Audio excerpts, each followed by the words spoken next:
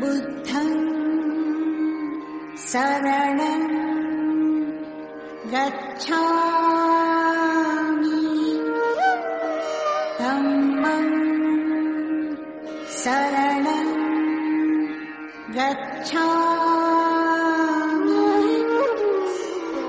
संघं शरणं गच्छामि।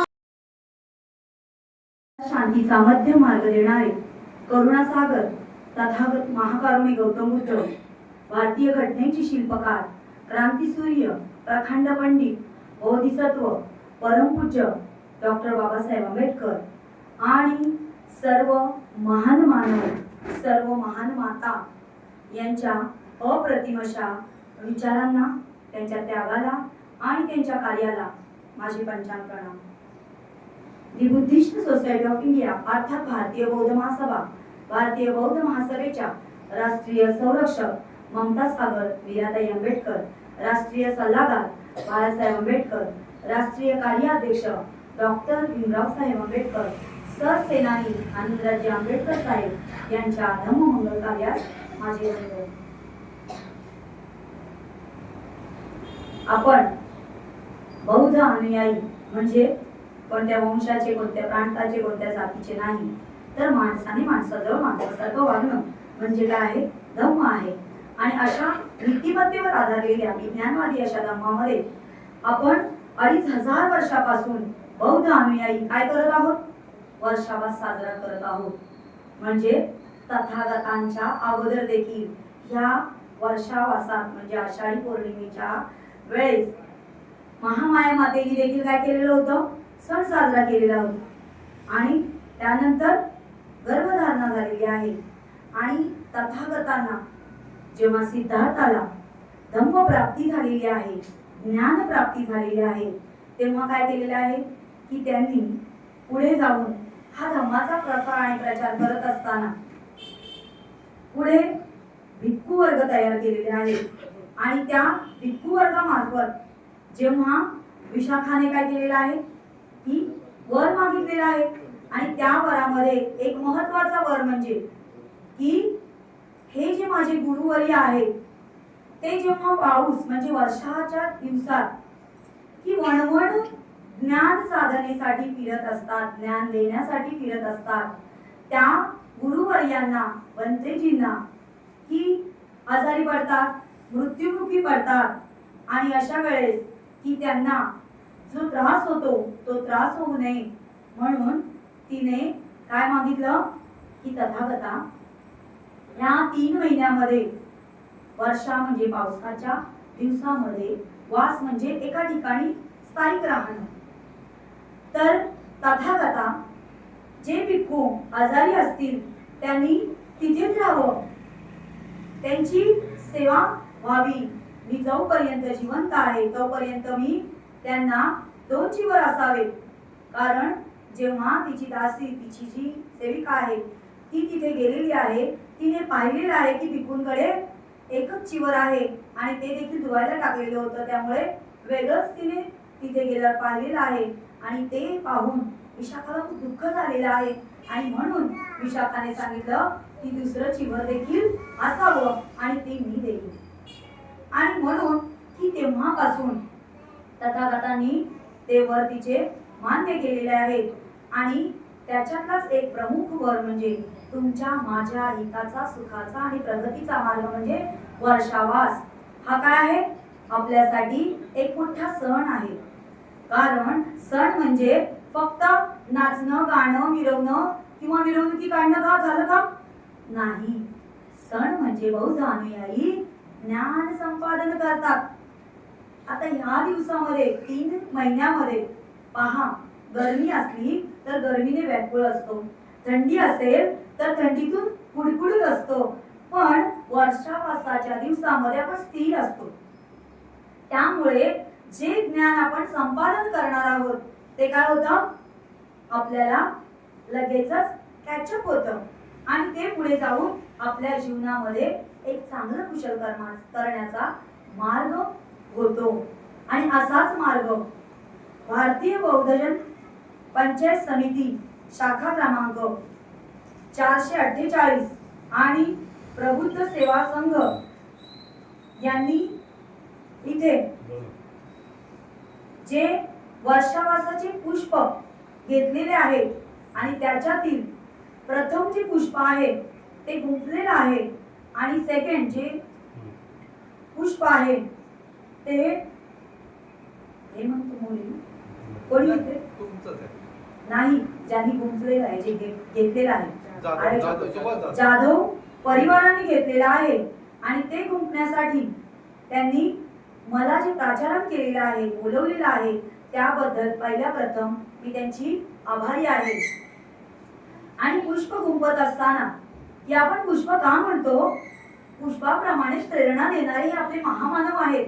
त्यांचे त्याग आहेत त्यांचे विचार आहेत त्यांचे कार्य आहे आणि म्हणूनच की एखाद्या पुष्पाप्रमाणे आपण त्यांचा प्रेरणादायी त्यांना विनयाने वंदन करतो अभिवादन करतो आणि त्यांचा जी प्रेरणा आहे बाबासाहेब म्हणतात जो इतिहास विसरतो तो इतिहास घडवू शकत नाही आणि म्हणून इतिहासाची उजळणी होत असते आणि ती होत असताना आपल्यामधली काही अज्ञानता आहे कारण जन्माला येतो तो सगळंच काही शिकून येत नाही पुढे जाऊन यौवनात येतो आपण आणि मग सामाजिक लेवलला जेव्हा येतो तेव्हा कसं राहावं कसं जगावं कसं खावं कसं बोलावं हे कोण शिकवते तर संस्थेच्या मार्फत आपण शिकत असतो कारण आई तर संस्कार देते कारण आई पहिला गुरु आहे आपला पण आई नंतर जर गुरु कोण असेल तर आपली धार्मिक संस्था आहे आणि ती धार्मिक संस्था आपल्याला माणूस घडवते माणसासारखं वागायला शिकवते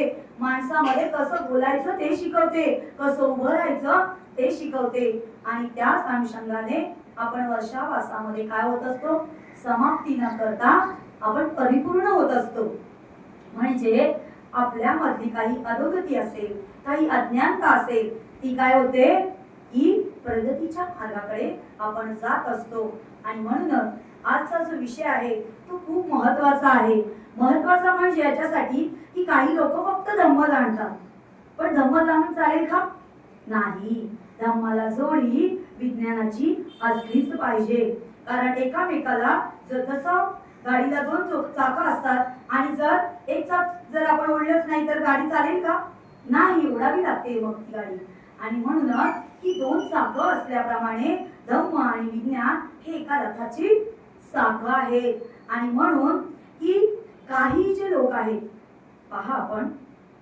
की 21व्या शतकामध्ये आपण पदार्पण केलेलं आहे आणि पदार्पण करत असताना काही जे संस्थापक आहेत ते काय करतात की विज्ञानाला डावलतात म्हणजे विज्ञानाला मानत नाही विज्ञानाला बाजूला करून आपले स्वतःचे जे काही मत आहे ते मांडून लोकांना काय करतात त्या अनुषंगाने मार्गक्रमण करण्यासाठी लावतात आणि त्याच अनुषंगाने पृथ्वीच्या निर्मितीपासून ते विलयापर्यंत म्हणजे शेवटपर्यंत काय आहे की अनेक प्रकारचे धर्मगुरू आहेत संस्थापक आहेत मग ते काय करतात की लोकांमध्ये मानवाला देव आत्मा परमात्मा किंवा पुनर्जन्म पूर्वजन्म पुनर्कर्म किंवा पूर्वकर्म म्हणजे जे काही होतं त्या गोष्टीला त्यांनी काय दिलेलं आहे विज्ञानाला जोड नाही दिलेली तर ते भ्रामिक आहे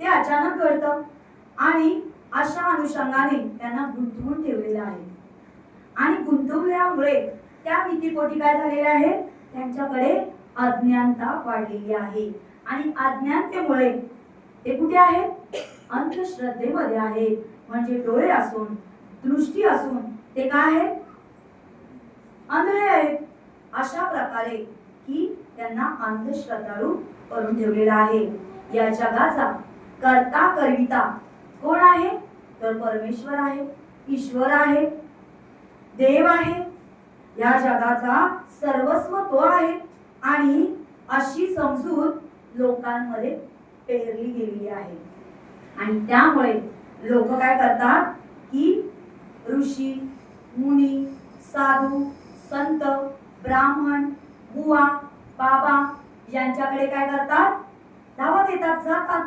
आणि तिकडे जाऊन काय करतात की काल्पनिक कथा ऐकतात ज्या गोष्टी आहेतच नाही, अस्तित्वातच नाही, अशा अस्तित्वात नसलेल्या कथा त्या काय करतात, ग्रहण करतात, श्रवण करतात आणि त्या करून त्या अंधश्रद्धेच्या मार्गाकडून ते काल्पनिक देव, स्वर चित्तित प्रार्थना, त्यानंतर आराधना, यज्ञयाग, उपास, तापास, नवस, कर्मकांड म्हणजे कळलं ना, बळी वगैरे देणं विनाकारण, ज्याचा काही विचाराचा दोषच नाही अशाला मारणं. आणि अशा प्रकारे की ते लोक काय करत असतात की कथा, देव, दानव किंवा राक्षस, भूत, पिशाच किंवा स्वर्ग, नरक, अदृश्य शक्ती, असुरी शक्ती या कल्पनेमुळे मनुष्य काय होतो, भयभीत झालेला आहे. आणि त्यामुळे भयभीत असल्यामुळे भयमुक्त होण्यासाठी तो काय करतो, त्या मार्गाकडे जातो, पूजा करतो, हवन करतो, कर्मकांड करतो, उपास तापास करतो. म्हणजे त्या लोकांपर्यंत काही विज्ञान पोहोचवून देत नाही, विज्ञान काय आहे हे त्यांच्यापर्यंत जात नाही. आणि म्हणूनच आज जग 21व्या शतकात असतानाही माणसाच्या मनावर या काल्पनिक ज्या गोष्टी आहेत त्यांचा पगडा आहे.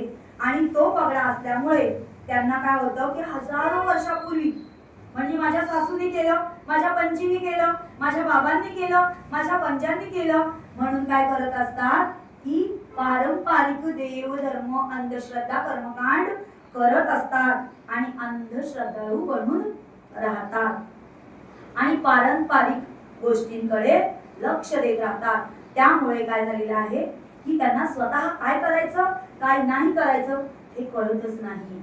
पण या जगामध्ये इसवी पूर्व 563 ला एका महामानवाने जन्म घेतला, म्हणजे सिद्धार्थ गौतमाने जन्म घेतलेला आहे. आणि त्याने काय केलेलं आहे, आपलं ऐहिक सुख त्यागलेलं आहे. ऐहिक सुख म्हणजे कळलं का, आपल्याला वाटतं ना की खूप मोठं फ्लॅट असावं, खूप जागा जमीन असावी, खूप दागदागिने असावे, खूप मला चांगलं लोकांनी म्हणावं, अशा प्रकारे ज्या ऐहिक सुखाची भावना असते, मीपणाची किंवा इतर सुख उपभोगण्याची जी सुखाची भावना असते ती त्यांनी काय केलेली आहे, त्यागलेली आहे. आणि त्यागत असताना पुढे जाऊन गृहत्याग केलेला आहे. आणि गृहत्याग करून त्यांनी दुःख काय आहे, दुःखाला काय समुदाय आहे, त्याला काय कारण आहे, त्याची दुःख विरोधगामी प्रतिपदा काय आहे हा शोधण्यासाठी, मार्ग शोधण्यासाठी ते निघालेले आहेत. आणि खळतळ अशी तपश्चर्या केल्यानंतर सुजाता नावाच्या एका महिलेच्या, दानशूर महिला, तिच्या हातून खीर श्रवण केलेली आहे. खीर श्रवण केलेली आहे याचा अर्थ ते तत्वज्ञान सांगितलेलं आहे की जोपर्यंत कोणतीही वस्तू असो, भौतिक घटक असू द्या किंवा मानसिक शारीरिक असो, ज्या वस्तूमध्ये जोपर्यंत एनर्जी नाही, पॉवर नाही, शक्ती नाही, तोपर्यंत तिच्यावर कोणतीही वस्तू चालणार नाही. असा सत्याचा शोध घेतलेला आहे, त्याच्यावर चिंतन मनन केलेलं आहे. आणि शेवटी वैशाखी पौर्णिमेला त्यांनी जे ज्ञान मिळालेलं आहे ते म्हणजे काही चमत्कार झाला का की त्यांना सगळं कळलं नाही. बाबासाहेबांनी चमत्कारी स्वरूपात संविधान दिलं का नाही, तर अभ्यासू वृत्तीने पहा. आपण गुरुला खूप महत्वाचं मानतो, कारण गुरुमुळेच आपण घडतो.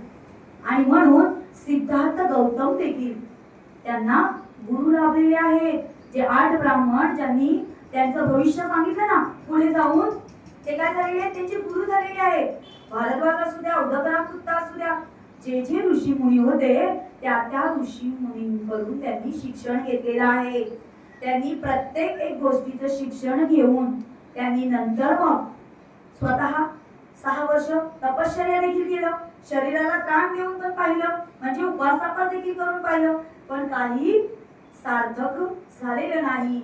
आणि जेव्हा वैशाखी पौर्णिमेला त्यांनी एक अधिष्ठान केलेलं आहे की नाही, मी आता बसलेलो आहे, वैशाखी पौर्णिमा म्हणजे सुंदर असं, नितळ असं चांदणं पडलेलं आहे, शांत अशा वातावरणामध्ये त्यांनी एक जो निश्चय केलेला आहे की आता मी इथून उठणार नाही, जे मला हवं ते मिळवल्याशिवाय मी उठणार नाही.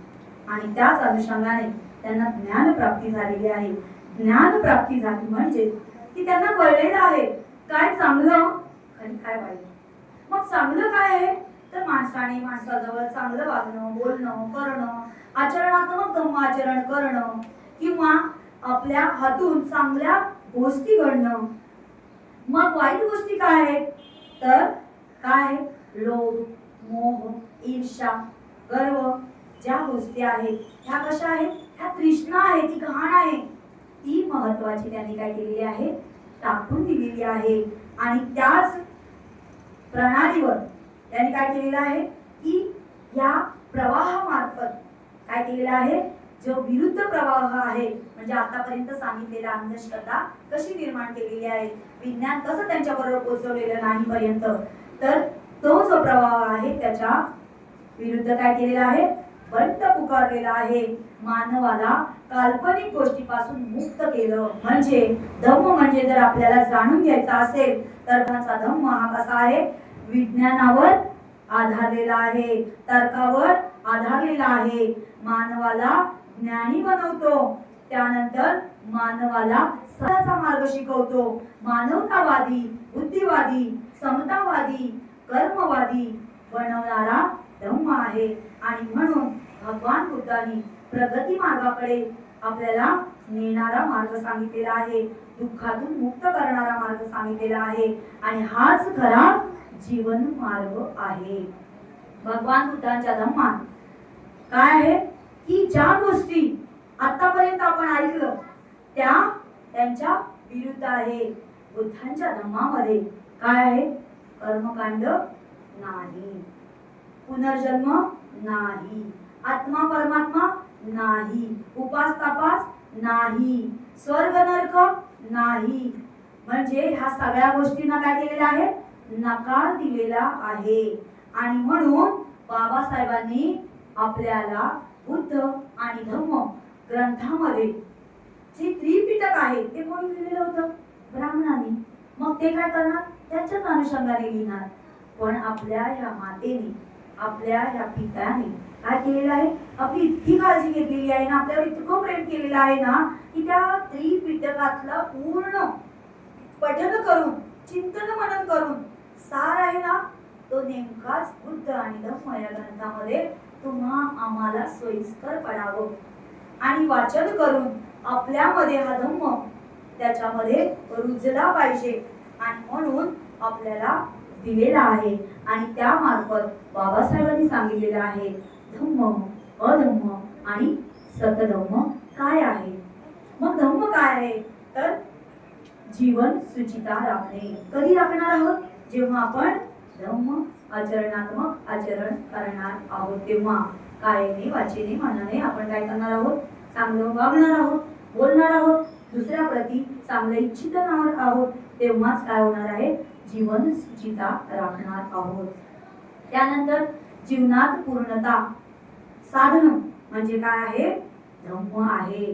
कधी निर्माण होणार आहे, जेव्हा धम्माचं आचरण करणार आहोत, तेव्हा आपण चार आर्य सत्य जाणणार आहोत, त्यानंतर पंचशील आपण आचरणात आणणार आहोत, त्यानंतर आर्य अष्टांगिक मार्ग आचरणात आणणार आहोत, दस पारिमितेचं आचरण करणार आहोत, तेव्हा आपण निपाण मार्गाकडे जाणार आहोत. म्हणजे जीवनामध्ये पूर्णता आपल्याला प्राप्त होणार आहे.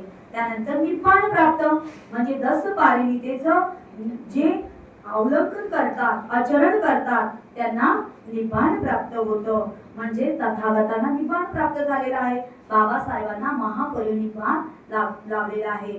आणि तृष्णा त्याग करणं म्हणजे काय आहे, धम्म आहे.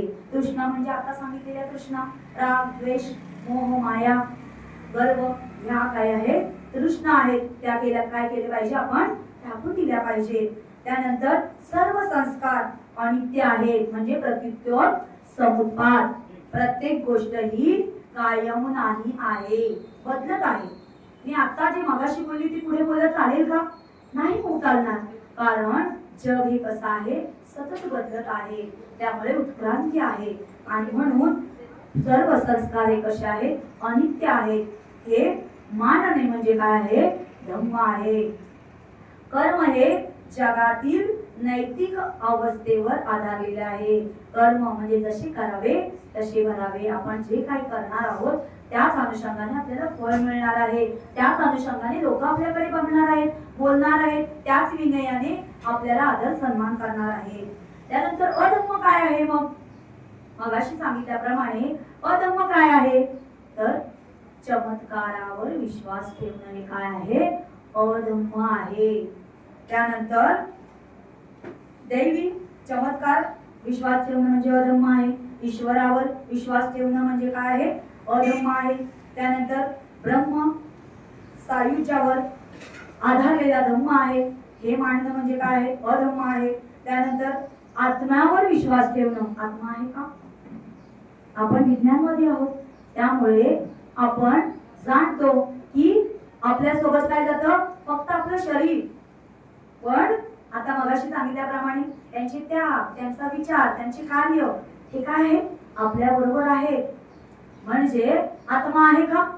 नाही. असता तर कुठेतरी आला असता ना, बाबासाहेबांचा आत्मा आला असता, तथागतांचा आत्मा आला असता आणि सांगितलं असतं तू बौद्ध आहे, तू का अशी करते, तू का असा वागतो, सांगितलं असतं ना. बाबासाहेबांनी तर डायरेक्ट थहाडकन राहूनच दिलं असतं. बाबासाहेब बुद्धांसारखे शांत नव्हते, त्यांना अजिबात आगाऊपणा आवडत नव्हता.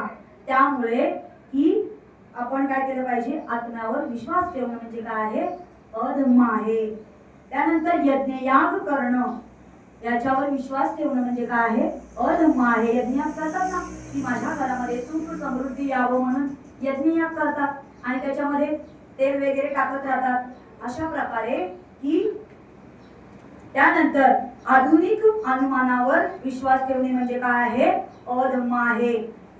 धम्मग्रंथाचे केवळ पठण करणं म्हणजे रामायण, महाभारत किंवा देवीचं जे पुस्तक असतं त्याचं पठण केलं म्हणजे आपल्यामध्ये चांगलं माणूस पण येतं का? नाही येत. ते फक्त आपण तोंडाने पठण करतो, पण आचरणाने काही आहे का? नाही. म्हणून केवळ ग्रंथांचं पठण करणं म्हणजे अधम्म आहे. त्यानंतर धम्मग्रंथ अमाद मानणं. प्रमाण मानणं म्हणजे काय हो? गुरुद्वारामध्ये माहितीये ना, ग्रंथ सतत सतत पठण करत राहतात. कळलं ना? जैन लोक काय करतात? अग्नी तेवत ठेवतात. म्हणजे वेगवेगळ्या पारशी लोकांच्या मध्ये म्हणजे वेगवेगळ्या ठिकाणी काय करतात? वेगवेगळ्या प्रकारे ते लोक मानत असतात आणि म्हणून ही ग्रंथ जे आहे, धम्मग्रंथ आहे, ते प्रमाण मानणं म्हणजे काय आहे? अधम्म आहे. त्यानंतर याच्या पलीकडे की आपण जर धम्म सांगायला गेलो म्हणजे योग्य असा धम्म काय आहे? तर मनाची मलिनता दूर करणं म्हणजे काय आहे? सतधम्म आहे. म्हणजे खरा धर्म जर काय असेल, खरा धम्म जर काय असेल ते काय? मनाची मलिनता म्हणजे काय झालं की आतापर्यंत माझ्याकडे ज्ञान नव्हतं, मला माहिती नव्हतं कसं बोलायचं, कसं वागायचं, काय बोलल्याने काय होईल आणि कोणत्या वाणीमधून बोललं पाहिजे. सम्यक वाणीतून बोललं पाहिजे, दृष्टिकोन सम्यक असला पाहिजे, अजीविका सम्यक असली पाहिजे, कर्मांत सम्यक असलं पाहिजे, त्यानंतर व्यायाम सम्यक असला पाहिजे, स्मृती सम्यक असली पाहिजे, समाधी सम्यक असली पाहिजे. म्हणजे ह्या सगळ्या गोष्टी जोपर्यंत मला कळणार नाही तोपर्यंत माझ्या मनातली, कारण मनच माणसाचा केंद्रबिंदू आहे, मनातूनच सगळ्या घाण येतात आणि मनातूनच निघून जातात आणि म्हणून मनाची मलिनता दूर करणं म्हणजे काय आहे? सतधम्म आहे. जग हे धम्मराज करणं, धम्मराज्य बनविणं म्हणजे काय आहे? सतधम्म आहे. म्हणजे सगळ्यांना धम्मामध्ये एक संघटित करणं. आता कसे आहोत आपण एकत्र, तसंच पूर्ण जगामध्ये हा धम्म काय करणं? प्रस्थापित करणं, धम्माचा प्रसार आणि प्रचार करणं म्हणजे काय आहे? सतधम्म आहे. इथे कोणी मोठा छोटा आहे का? सगळे कसे आहे? समान आहे, समता आहे ते. त्यामुळे विद्या सर्वांसाठी कशी असली पाहिजे? मोकळी असली पाहिजे. म्हणजे इथे आहे का की ह्या धर्माच्या लोकांनी यायचं नाही, ह्या वंशाच्या लोकांनी यायचं नाही, काळ्या गोऱ्या लोकांनी यायचं नाही, असं आहे का? नाही. विद्या म्हणजे ज्ञान, ज्ञानार्जन हे कोणीही घ्यावं आणि सगळ्यांसाठी कसं असावं? मोकळं असावं. पोखळ पांडित्य याच्यावर काय असं? वर्चस्व, अहम भाव असणं म्हणजे काय आहे? सतधम्म आहे. बघा काही लोक काय करतात? फक्त दुसऱ्याला देतात पण स्वतःकडे काहीच नसतं. त्याला काही अर्थ आहे का? ते पोखळ झालं. पण आचरणात्मक की एखाद्या माणसाकडे पाहिलं, त्याच्या वाणीतून, त्याच्या आचरणातून, त्याच्या चालण्यातून, त्याच्या बोलण्यातून, त्याच्या हावभावामधून आपल्याला कळतं की याच्यामध्ये काय आहे, धम्म आहे. आणि त्याच अनुषंगाने लोक बघतात आणि त्या म्हणजे आपण आता विहारात आलेलो आहोत आणि विहारात वाईट साडी घालून आलेलो आहोत, पुढे जाऊन जर आपण कर्मकांड करत असलो तर लोक काय म्हणतील, ते फुकटचं उगाचच बोलते, दाखवते वेगळं आणि आहे वेगळं. म्हणजे त्याला तर पोखळ असं पांडित्य म्हणतात आणि त्याला स्वतःचा अहंभाव मानणं म्हणजे काय आहे, सतधाम नसणं. म्हणजे जेव्हा आपण चांगल्या गोष्टी करत असतो त्याच्यावर अहंकार नसला पाहिजे, म्हणजे काय आहे, सतधम्म आहे. प्रज्ञेची आवश्यकता मानणं म्हणजे काय आहे, सतधम्म आहे. प्रज्ञेची म्हणजे काय हो, बाबासाहेब प्रज्ञावान होते. प्रज्ञावान म्हणजे असंच का झोपायचे, सकाळी 12-12 1-1 वाजेपर्यंत उठायचे आणि प्रज्ञावान होते असं आहे का? नाही. तुमच्या, माझ्या आणि या जगाच्या देखील, कारण सिम्बॉल ऑफ नॉलेज आहे बाबासाहेब. 18-18 20-20 तास कधी अन्न देखील खाल्लेलं नाहीये, पाणी देखील प्यायलेले नाही. पण भूक कुठे भागवलेली आहे, ग्रंथांमध्ये, पुस्तकांमध्ये. आणि म्हणून बुद्धिमत्ता कशी होती, प्रखंड होती. आणि त्यामुळे त्यांना काय आपण म्हणतो, प्रज्ञासूर्य. म्हणजे प्रज्ञेने जे जे काही केलेलं आहे ते प्रज्ञेने केलेलं आहे. आणि प्रज्ञा असणं म्हणजे काय आहे, सतधम्म आहे. शीलाची आवश्यकता मानणं म्हणजे धम्म, सतधम्म आहे. शील म्हणजे काय हो, तर आता सांगितल्याप्रमाणे आपण पंचशील ग्रहण केलं. मग त्या पंचशील ग्रहण करत असताना ते आचरणात्मक ग्रहण केलं पाहिजे.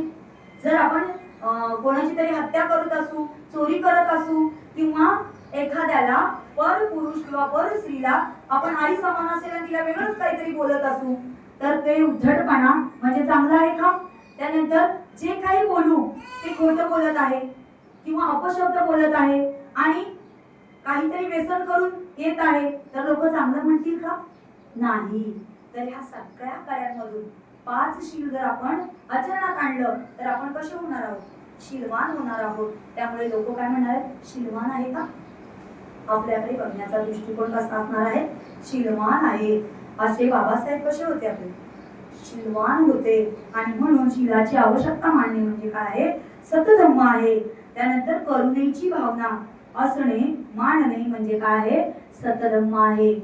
खूप प्रज्ञा आहे, खूप हुशार आहेत ना दीप्तीताई लोखंडे, खूप शीलवान आहेत, पण ज्या बोलतात ना त्याच्यामध्ये जरा पण करुणा नाही. एखादी मुलगी तिथे पडली, त्यांनी तिथेच टाकली आणि गेल्या, काय चांगले आहेत असं म्हणतील का लोक? नाही.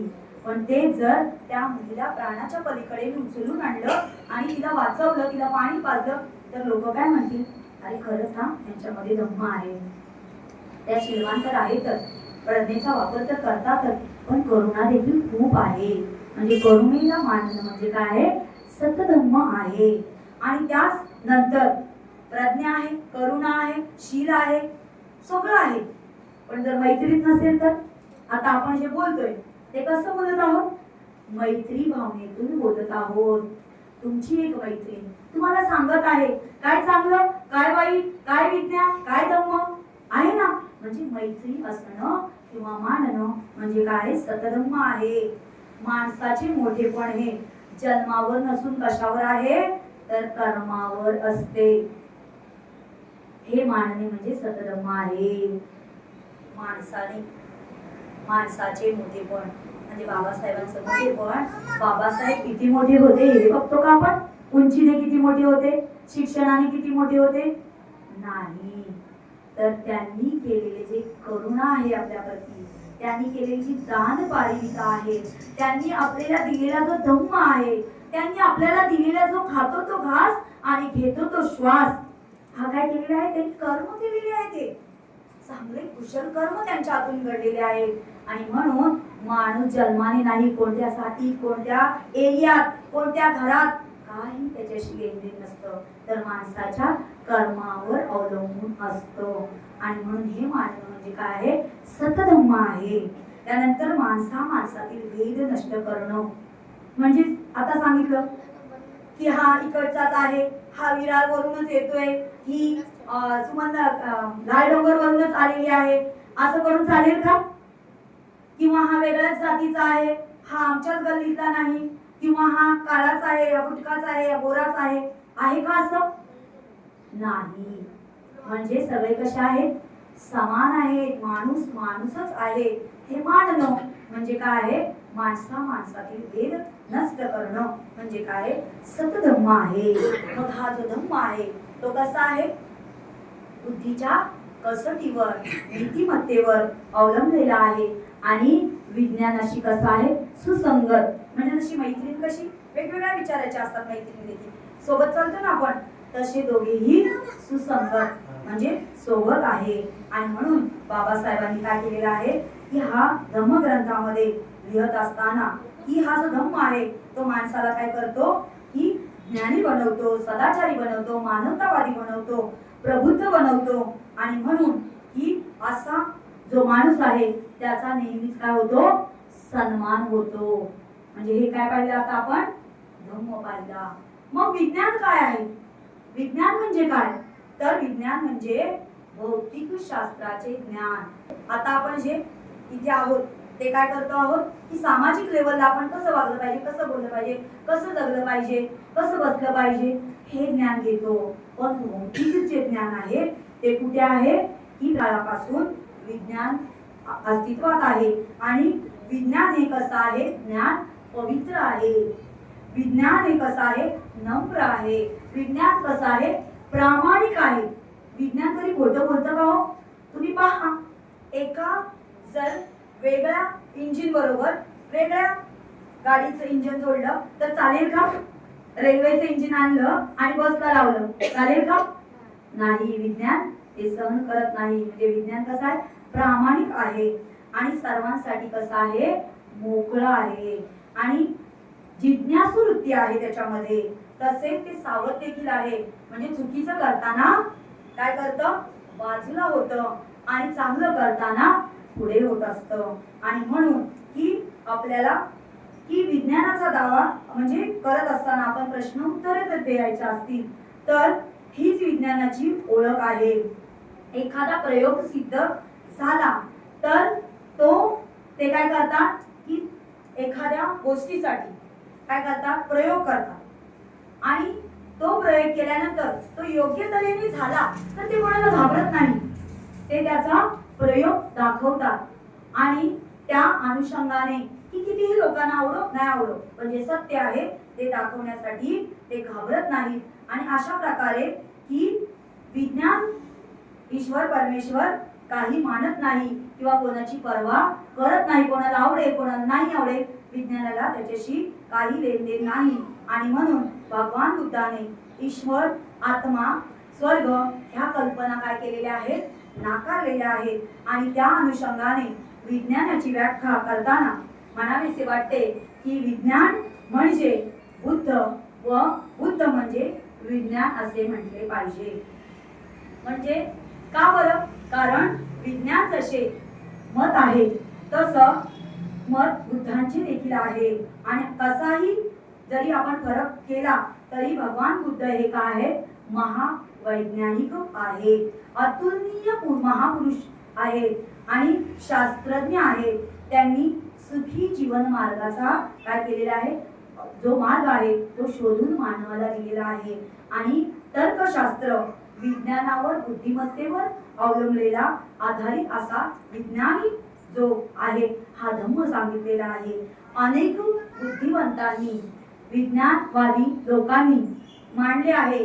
जगातल्या अनेक राष्ट्रात हा धम्म काय आहे? रुजलेला आहे. आणि तिथे अस्तित्वात असताना ते राष्ट्र कसं आहे? प्रगतीच्या मार्गाकडे आहे. आणि म्हणून की विज्ञानाचे खास वैशिष्ट्य जर जाणायचे असेल तर विज्ञान काय करतो? प्रयोग पद्धती अवलंबतो, त्यानंतर गणिताचा वापर करतो आणि घटनांचा कार्यकारण भाव मांडतो आणि त्याच अनुषंगाने म्हणजे वेगवेगळेपणा शोधून काढतो. आणि त्याच अनुषंगाने आधुनिक विज्ञानाची जी वैशिष्ट्ये आहेत ती जगविख्यात वैज्ञानिक गॅलिलिओ यांनी काय केलेलं आहे? प्रस्थापित केलेलं आहे. आणि यावर म्हणजे आपण जर गॅलिलिओनी जे काही विज्ञान सांगितलेलं आहे ते काय सांगितलेलं आहे?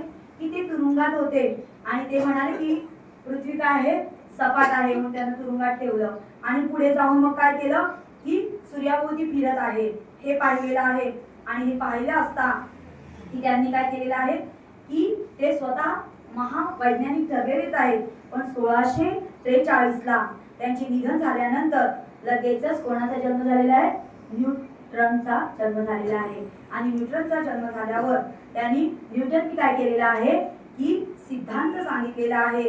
आणि तो जो उरलेला जो त्याचा सिद्धांत आहे तो न्यूटननी काय केलेला आहे, पूर्ण केलेला आहे. आणि त्यांनी गुरुत्वाकर्षणाची जी म्हणजे एखादी वस्तू जेवढ्या जोराने फेकाल तेवढीच ती जोराने खाली पडणार आहे. पाण्यात जेवढ्या जोराने तुम्ही दगड फेकाल तेवढं जोराने पाणी उडणार आहे असं सांगितलेलं आहे. आणि न्यूटननी काय केलेलं आहे, गणित शास्त्राचे असे 3 मूलभूत नियम सांगितले आणि गुरुत्वाकर्षणाचा सिद्धांत देखील त्यांनी मौलिक अशी देणगी दिलेली आहे.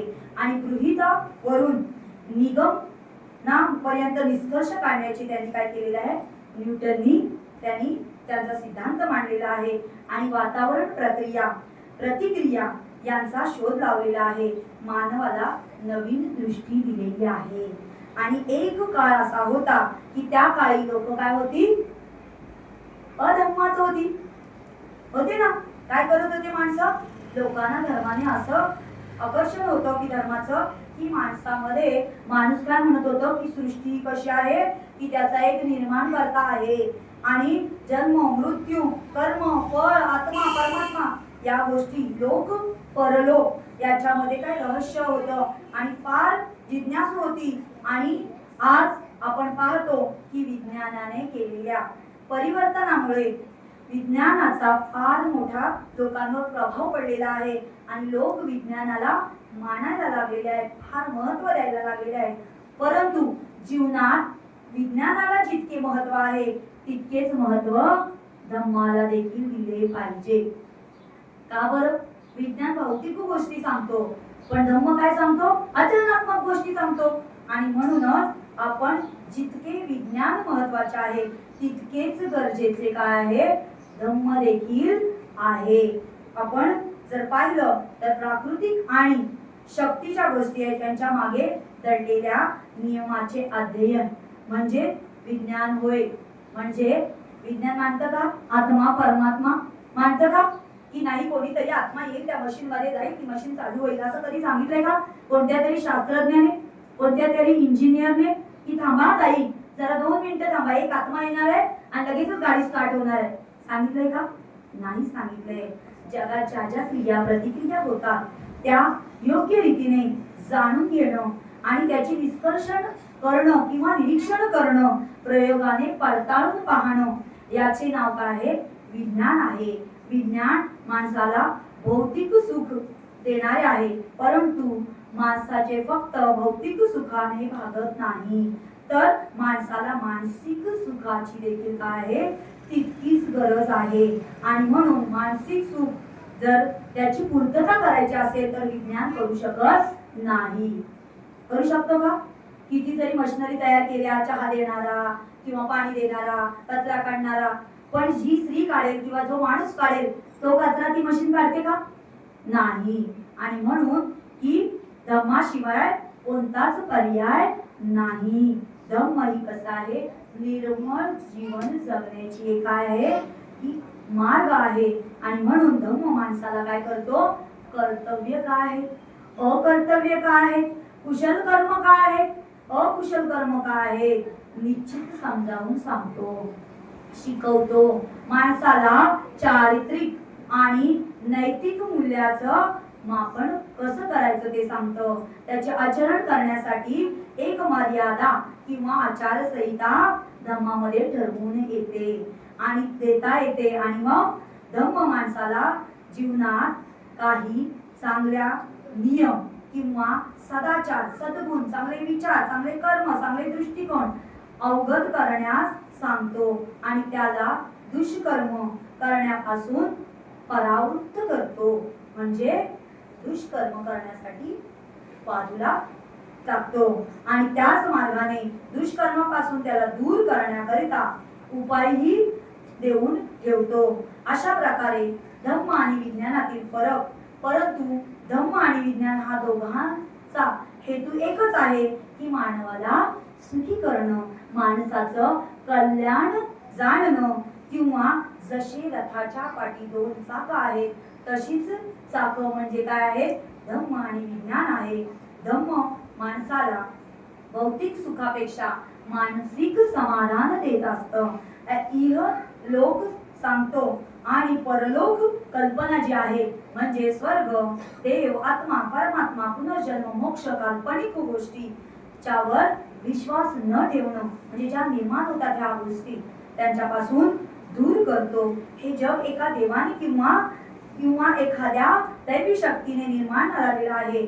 जगाचे व्यवहार हे आपण दिलेले आहेत. अशा भ्रामिक कल्पना असलेले ज्या गोष्टी आहेत ते भगवान बुद्धाने हजारो वर्षापूर्वी काय केलेलं आहे, सांगितलेलं आहे की ह्या काल्पनिक गोष्टी काय केल्या पाहिजे की आपण त्याच्यावर नियंत्रण केलं पाहिजे, आपण त्या नाही मांडल्या पाहिजे. उत्क्रांत होत असलेले कर्म हे जगातील काय आहे, एक नैतिक व्यवस्थेवर आधारलेलं आहे आणि त्यामुळे आपण काय केलं पाहिजे, धम्म मांडला पाहिजे.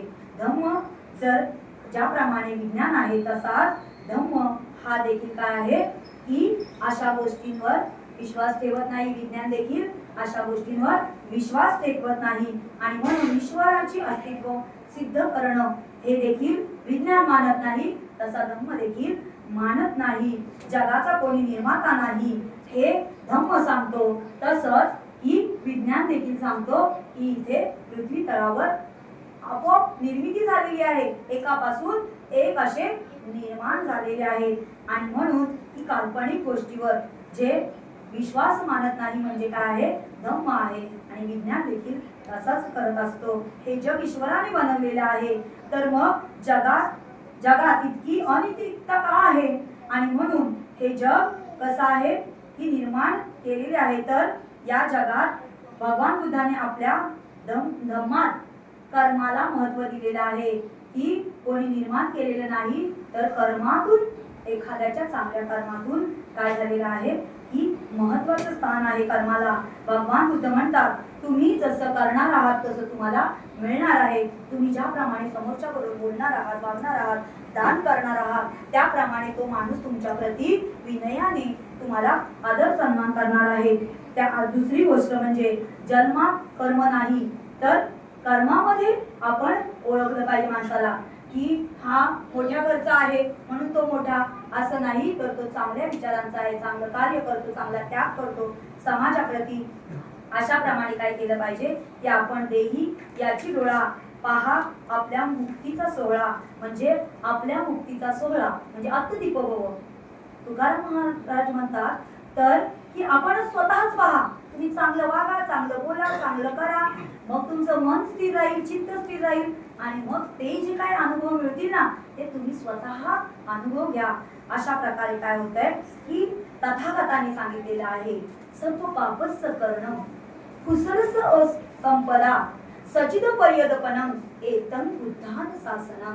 म्हणजे बुद्ध सांगतात की पहा की सर्व पापांपासून मुक्त राहा. पाप कर्म म्हणजे हत्या करू नका, कोणाची चोरी करू नका, व्यभिचार करू नका, खोटं बोलू नका, व्यसन करू नका. मग हे असं सगळं काही केलं नाही म्हणजे काय होणार आहात की तुम्ही पापापासून मुक्त राहणार आहात. पापापासून मुक्त राहिल्यामुळे तुम्हाला कोणाची भीती वाटेल का? तुम्ही कुठेतरी जाल का अंधश्रद्धेच्या मार्गाकडे, यज्ञयाग करायला, कर्मकांड करायला जाणार का? नाही जाणार. तुमच्या मनाला एक समाधान असणार आहे की मी तर कुठे चुकलेलेच नाही, तर मी का काही उगाचच मनामध्ये आणू. म्हणजे तिथे काय असेल, मनाची एकाग्रता असेल, मन स्थिर असेल, चित्त स्थिर असेल. चित्त स्थिर असल्यामुळे तुम्हाला चांगल्या चांगल्या गोष्टींचा विचार येत असणार आणि चांगल्या गोष्टींचा विचार येणार म्हणजे काय करणार, तुम्ही सदाचार शिकतो माणूस आणि सदाचार शिकल्यामुळे आचरण कसं करतं, सदाचरण करतं. आणि म्हणून विज्ञान माणसाला भौतिक जगाचा सिद्धांत तसेच प्रायोगिक परिचय करून देते. धम्म माणसाला शांतीसाठी आवश्यक आहे. खूप मोठ्या मोठ्या मशिनरी केल्या पण त्या माणसामध्ये धम्मच नसेल. तुम्ही पहा आता जी कल्पना गेलेली ना चावला कोण गेलेली आता वरती 9 महिने अडकून राहिलेली, त्या दोघांमध्ये जर धम्म नसता, बघा क्षणिक विचार करा, 9 महिने पुरुष एक महिला राहिलेली आहे आणि महिला म्हटलं म्हणजे अनेक वेगवेगळे प्रकार आणि पुरुष म्हटलं म्हणजे त्याच्या मनामध्ये पण धम्म होता, धम्माची जोड होती म्हणून विज्ञान आणि धम्म कसा राहिला, छान प्रकारे आलेले आहेत ना.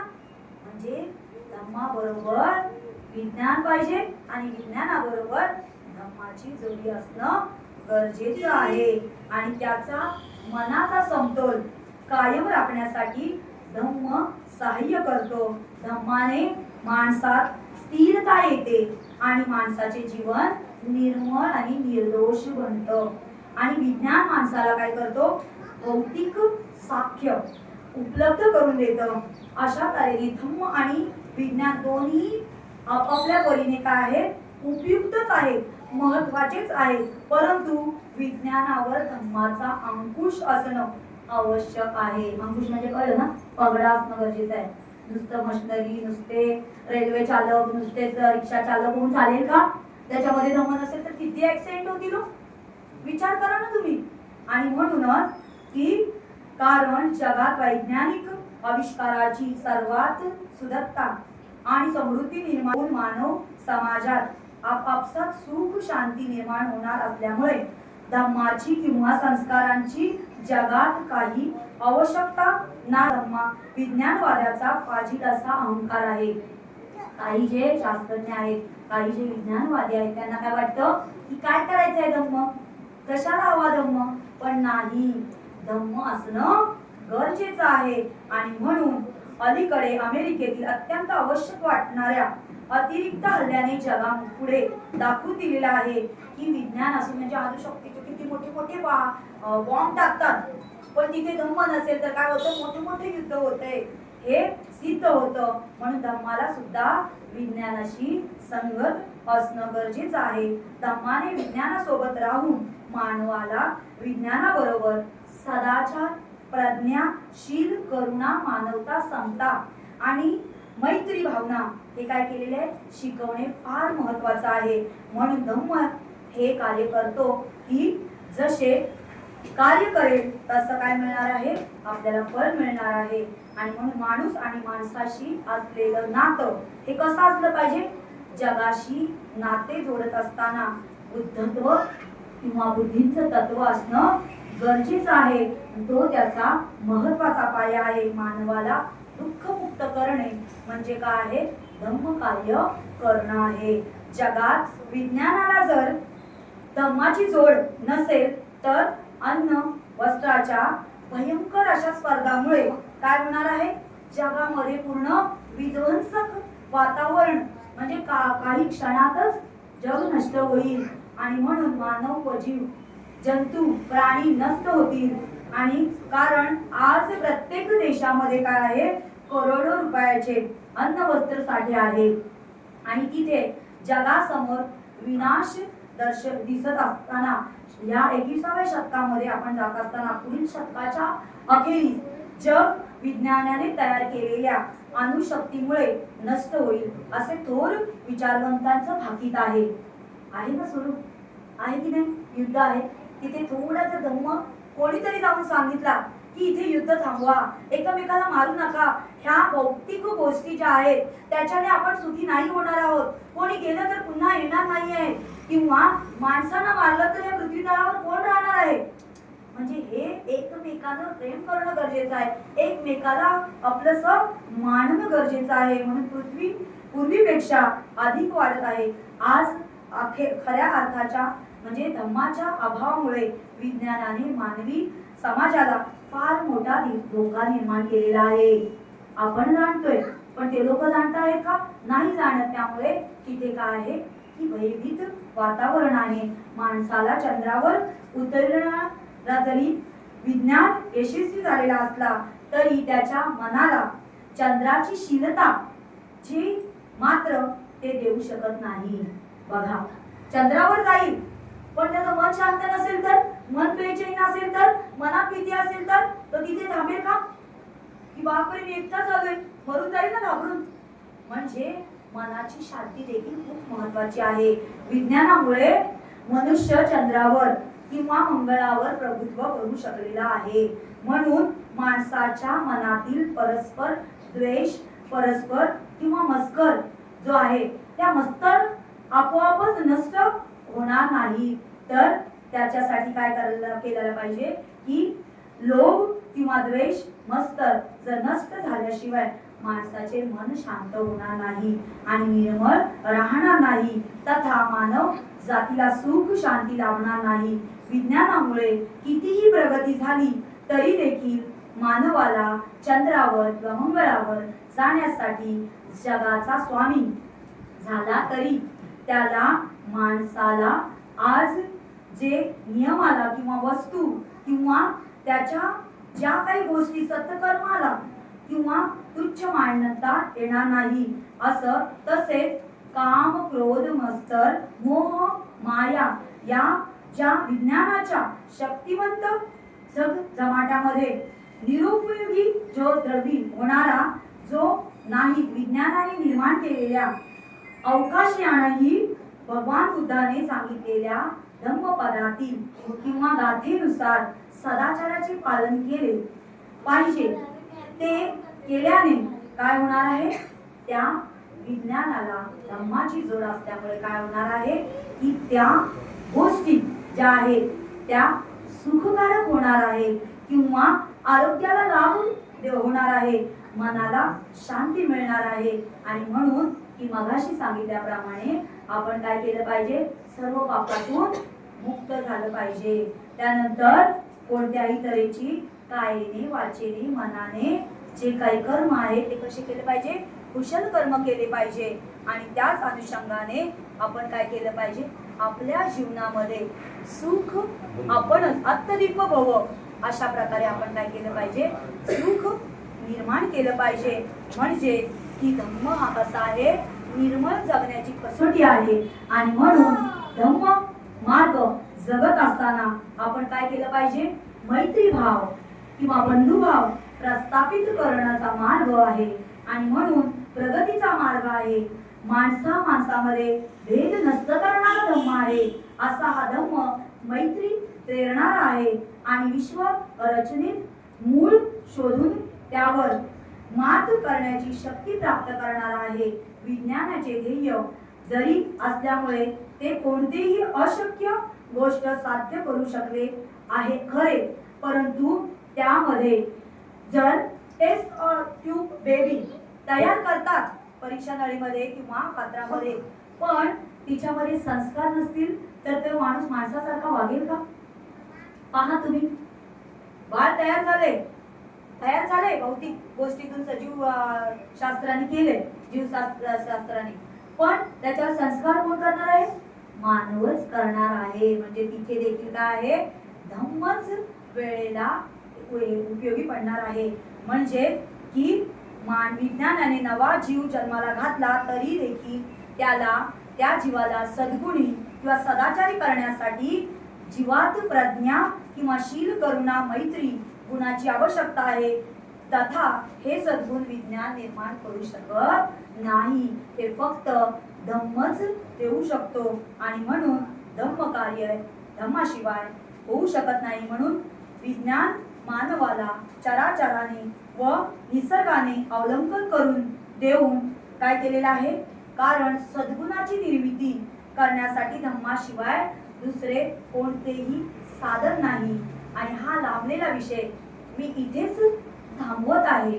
तुमच्या प्रती मंगल कामना करत आहे की आपण हे जाणलं पाहिजे की आपण विज्ञानावर आधारित, नीतिमत्तेवर आधारित माणसाला बुद्धिवादी बनवणाऱ्या धम्माला आपण जर आचरणात्मक आचरण केलं तर नक्कीच आपलं कल्याण आपल्याच हातामध्ये आहे हे जाणून आपल्या कल्याण करण्यासाठी आपल्या हातून चांगले कुशल कर्म घडावे आणि ते करण्यासाठी तुम्हाला चांगलं आरोग्य आणि तुम्ही चांगले सुदृढ आणि उदंड आयुष्य लाभो अशी मी मंगल कामना करते. इथेच थांबते. मी मुंबई महाराष्ट्र भारतीय बौद्ध महासभा, त्यानंतर केंद्रीय शिक्षिका, बौद्धाचार्या, माजी श्रावणे आणि लाल डोंगर शाखेची उपासिका आणि वेगवेगळी पदं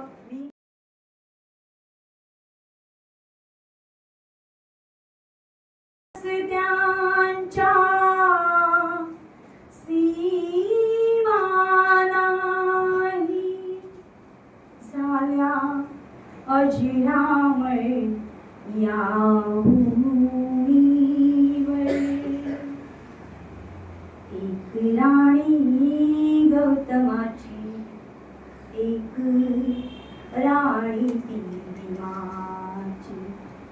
एक राणी गौतमाची, एक राणी ती भीमाची.